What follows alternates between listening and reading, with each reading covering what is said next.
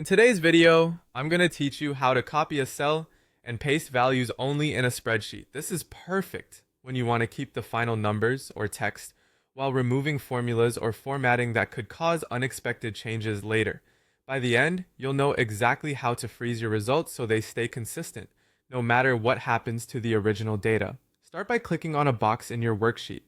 Think of this box as the cell that contains the content you want to reuse, maybe a calculated total, a date, or a label. When you click it, make sure you can see it selected so you know you're working with the right one. Next, right-click on it.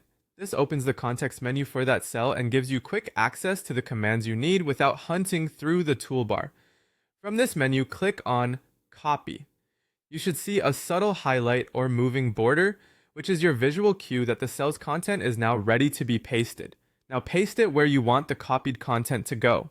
This places a standard paste into your chosen location and lets you see immediately how it looks. If the original had a formula or special formatting, you might notice it comes along with the paste. That's normal for a regular paste. To lock in just the final result, right-click in the pasted spot. This brings up the context menu again, but this time you'll focus on converting what you just pasted.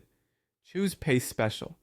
This command gives you fine-grained control over what gets pasted so you can keep only what matters. In the Paste Special options, click on Values. This tells the spreadsheet to keep the visible result, like the number or text you see on the screen, while stripping out formulas and formatting. It's especially useful if you don't want the pasted cell to change when the original source changes. Finally, click on OK to confirm. The pasted cell now holds only the value. You'll notice that if you try to look for a formula, there isn't one. It's just the final number or text.